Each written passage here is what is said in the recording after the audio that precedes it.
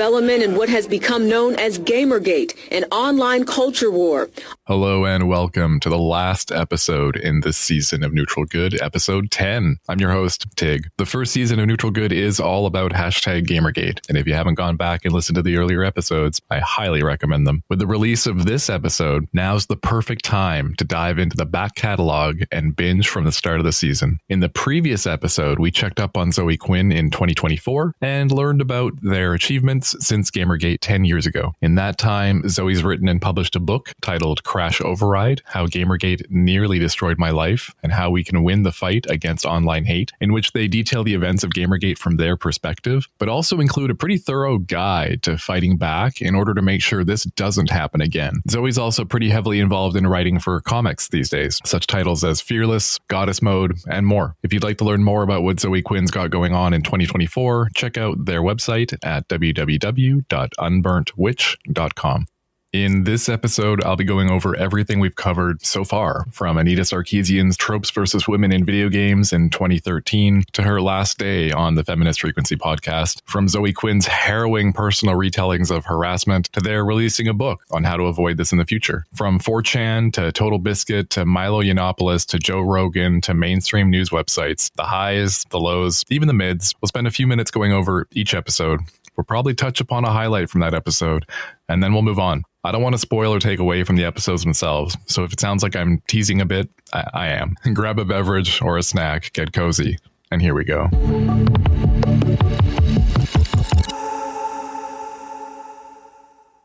In the very first episode of this season, we met Anita Sarkeesian, a feminist media critic and social commentator. Anita had been producing short video essays about the portrayal of women in media from a feminist academic perspective, and in 2012 decided to focus her lens on the portrayal of women in video games. She launched a Kickstarter campaign, hoping to crowdfund the production of these videos with more potential content and stretch goals. Let's just say the campaign was very successful, and in 2013, the video series Tropes versus Women in Video Games premiered. While this may sound all roses, in some darker corners of the internet, there were very loud opponents of Anita's work. Even before Gamergate had a name, Anita Sarkeesian had been deemed some sort of video games antichrist by multiple internet communities. It's wild how those communities usually shared a few things in common. If you want to learn more about the struggles that Anita faced, please check out episode 1 of the podcast, where I include examples of the harassment she faced over and over from the worst people. Episode 2 of this season might have been one of the hardest to produce. I had to dig through hours of terrible people spouting terrible opinions in order to get aligned on things like the timeline, the claims being made, and the people in question. In episode 2, we met a bevy of media personalities who helped shape and uphold Gamergate's public narrative, namely the idea of focusing on ethics in gaming journalism. Behind the scenes, Gamergaters were making prank phone calls, sending harassing emails and Twitter messages with hypersexualized threats of violence and or death, and going so far as to phone in a bomb threat to one of Anita Sarkeesian's speaking engagements. In the episode, we also explored the link between 4chan and gamers, featuring clips from the 4chan personality Internet Aristocrat, whose videos gaming YouTuber Total Biscuit quoted on Twitter and inspired much of his conversation with Kotaku's editor-in-chief at the time, Stephen Totilo. If you'd like to hear those full interviews, I put links in episode 2's show notes, so scroll back and take a look. I introduced Zoe Quinn in episode 3 after we'd already met their co-conspirator and their detractors. This was on purpose, though at the time it felt a little clunky. Episode 2 was about the capital G gamers, the ones who believe it's their solemn duty to uphold the video game status quo. In order to demonstrate this properly, I wanted the people in episode 2 to describe Zoe in their own way. I used episode 3 to tell Zoe's story in their own words, free from the narrative woven throughout the earlier episode. We heard about the harassment and threats. We heard about creepy phone calls, the feelings of uncertainty and danger attending any public events, and the huge impact on mental health. Needless to say, none of the claims made about Zoe by Gamergaters held any water, but they didn't have to. Spurious claims can be just as hurtful when your only true goal is harassing someone to the point they commit suicide. Luckily for us, Zoe is still here and managed to channel their energy into forming the Crash Override Network, an online support network for folks facing harassment and bullying. bullying. I'll include a link in the show notes, but you should really go back and listen to Zoe's own words in episode 3. I know I said that episode 2 was one of the hardest to produce, but this one was right up there too.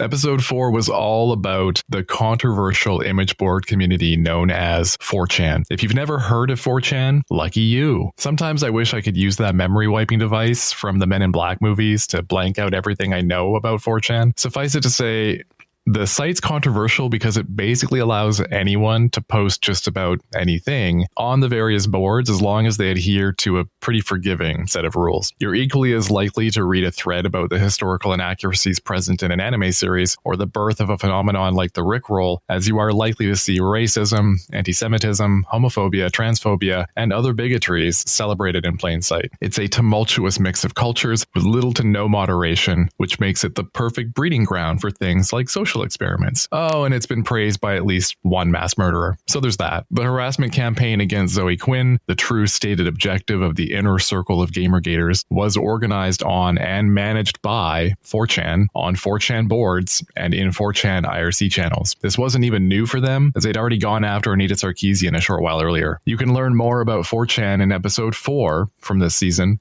where I include links to some pretty in-depth explainer videos in the show notes.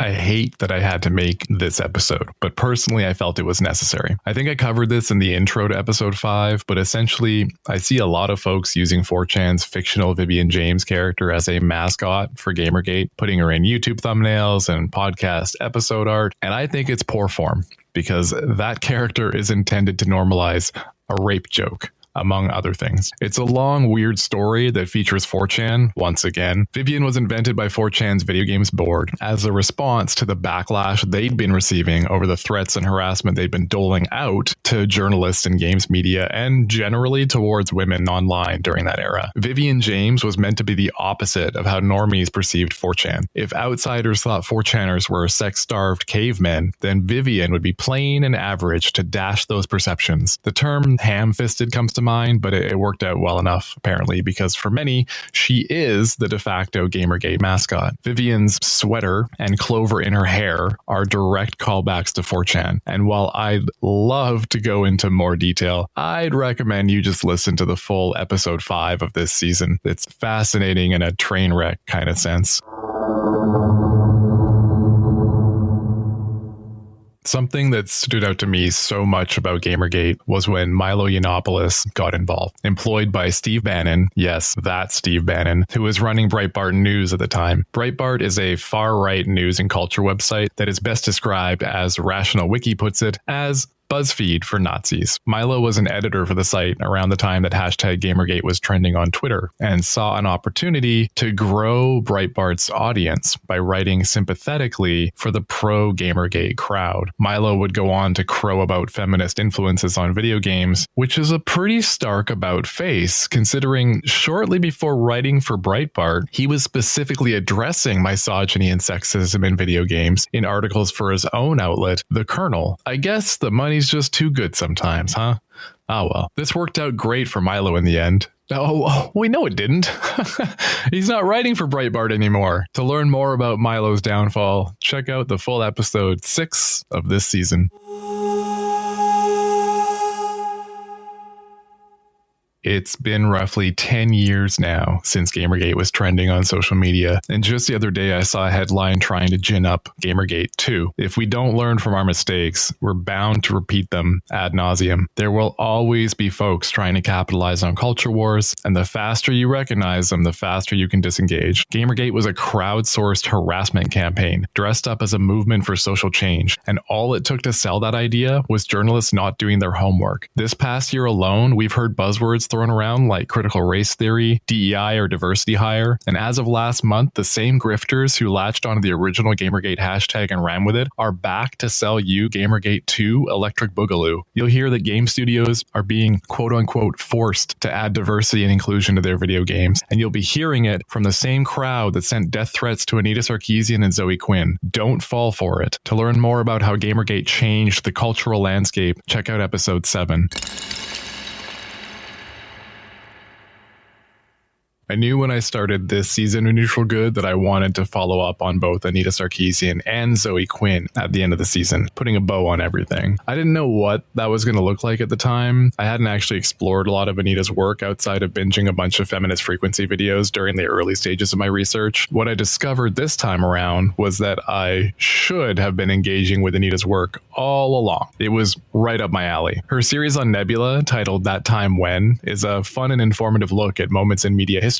The Feminist Frequency podcast featured educated hosts talking about everything from Taylor Swift to the Teenage Mutant Ninja Turtles. I had been missing out. Sadly, Anita recently announced that Feminist Frequency was closing up shop, but there's a few silver linings. Firstly, the Feminist Frequency website isn't going anywhere. It'll remain online to serve as educational material for future generations. The podcast is also continuing, with co-host Kat Spada taking the reins. The reality is just that Anita's stepping back, and that's okay. She's inspired an entire generation with her work. To find out more about Anita Sarkeesian in 2024, scroll back to episode 8.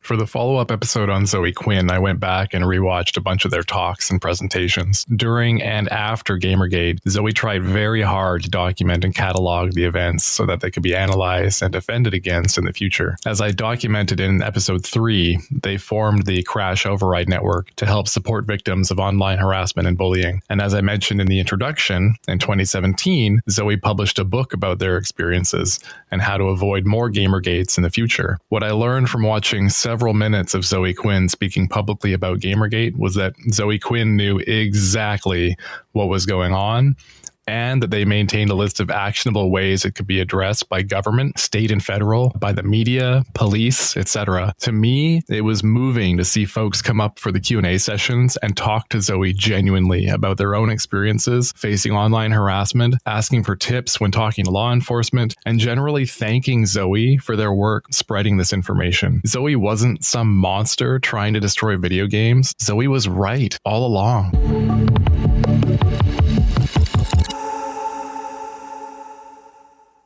Thanks for listening to the final episode of this season of Neutral Good, which has been all about #Gamergate. I'm your host, Tig. Links to episodes, show notes, transcriptions, and more can be found on the website at www.neutralgoodpodcast.com. I'll be changing things up for season 2 with new guests, co-hosts, and conversations. And if you want the opportunity to have your opinion featured in a future episode of Neutral Good, drop me a voicemail on the website. Thanks for supporting this podcast with your ears. It means a lot to me, and I hope you'll tune in for more.